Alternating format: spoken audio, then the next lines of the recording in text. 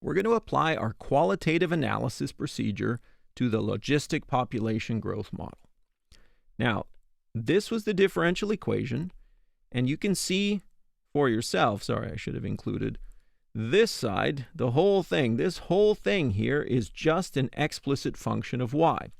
So this indeed is an autonomous differential equation, first order autonomous differential equation. So let's go ahead and harvest all of that information. So the equilibrium solutions, these are going to be constants. So these are solutions that are constant for which f of y equals 0.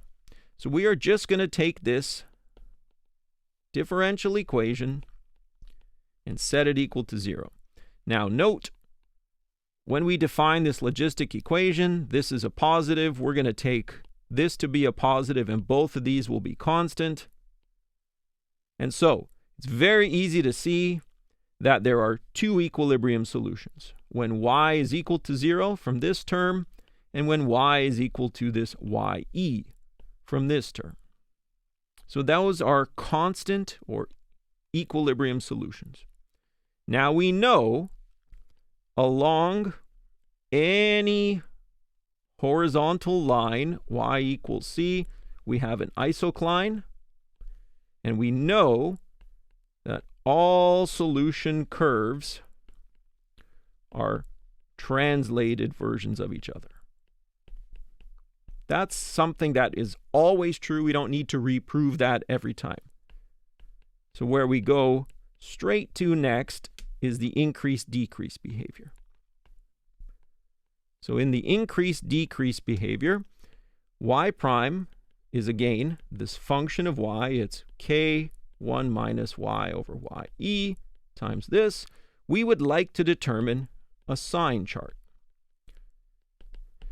Now remember, the sign will depend on y prime, and y prime will either be 0, is a spot where the sign changes, or where y prime doesn't exist. Well, this right-hand side is always going to exist.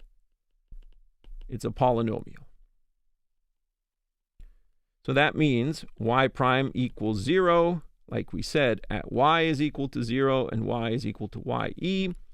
For clarity, we are going to assume that y is equal to 0, greater than or equal to 0, because we're talking about a population.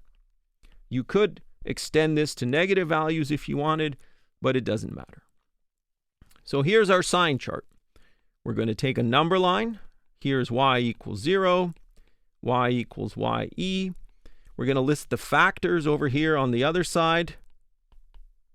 And the product, all of these things are multiplied, so their product together will tell you the overall sign of y prime. Positive, positive, positive, positive, positive, and negative. So this means that we've got increasing behavior and decreasing behavior here. So we're going to store all of this information on what's called the phase line. This is the 1D version of the phase plane. Right here will denote the first equilibrium solution y equals 0. Here's the next equilibrium solution y equals ye. And then in between, we just store or notate this behavior for y prime. Y prime is positive, so the function is increasing. So this is our notation for increase. And up here, when we're greater than this, here's where we have decrease. So what we're seeing is that, and if we were to go into the negative, you would also find that this goes away. So what we're seeing is that y equals 0 is unstable. All the solutions are going to be moving away from y equals 0, whereas y equals ye is stable. All the solutions want to move toward it. So this is an attractor, whereas this is a repeller. Now, finally, we can talk about concavity. Now, remember that the second derivative was just f prime of y times f of y. So f prime of y is just like saying the y derivative of that right-hand side.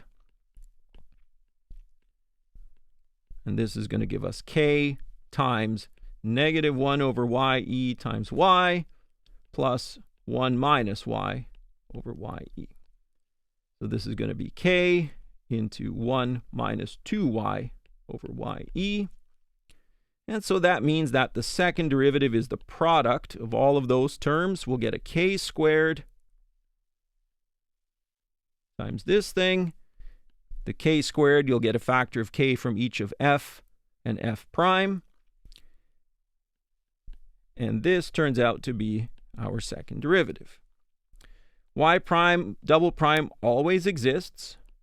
It's a polynomial. And y double prime equals 0 at y is equal to 0, ye over 2, and ye. So if we build a sign table for y double prime, we'll have 0 here, ye over 2, ye. We'll list all of our factors.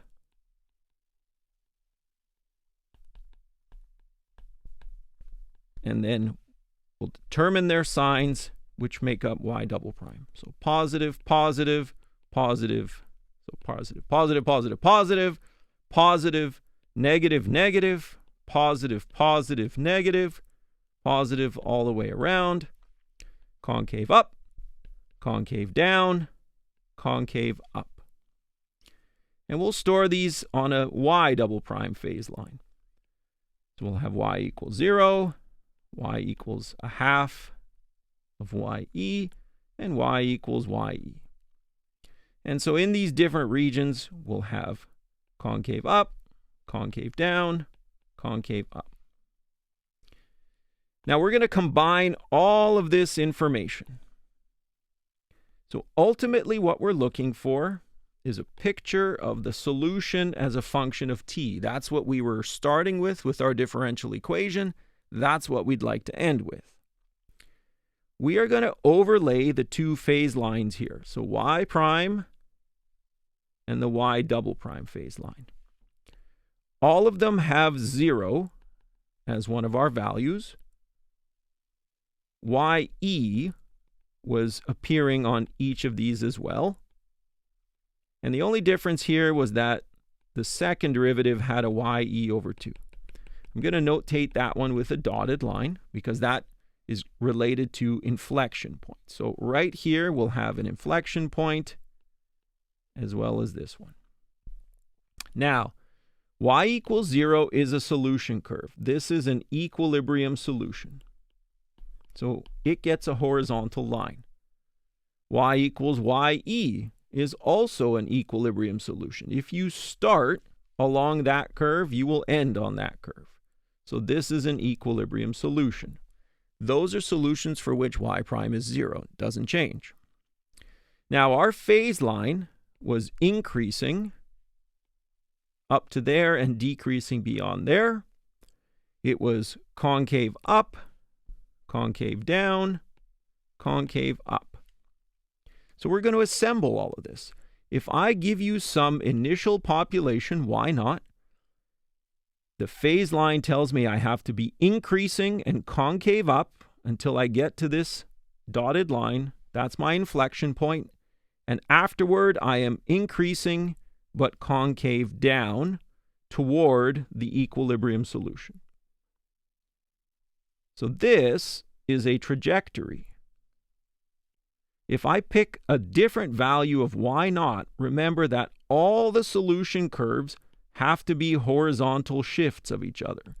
So regardless of where I start, they all have to end up being horizontal shifts of each other. Now, similarly, if I start with a population greater, everything needs to flow down to the equilibrium solution. All these trajectories go down. And again, they're all horizontal shifts of each other. And so you can see from this picture that this is super informative. I know exactly what the solution's going to do. I can see that as t goes to infinity, all the solutions approach this ye, which was aptly called the equilibrium solution. This is the stable solution that everything approaches. The y equals 0 is an unstable solution. Everything wants to be pushed off or repelled from that solution. Everything wants to be attracted to y equals ye. And this is all you need to do. This type of analysis is great. And the point of all of this is that a simple analysis gives all the same information as the formula for y of t without solving the dE. That's pretty amazing. The fact that we've got a backup method to come up with some information without having to solve it is great. And we just extracted everything, all the info from the dE. Now, you might say, well, what's the point? If we have the equation solution, why don't we just use that? And generally, yeah, you're right. If we can come up with the solution, we're done. But there's going to be a use for this. This is needed in nonlinear systems. In nonlinear systems, we can't get a formula. So we need a qualitative way to get some information about what the solution is doing without solving it. And nonlinear autonomous systems are where we are headed with this kind of strategy.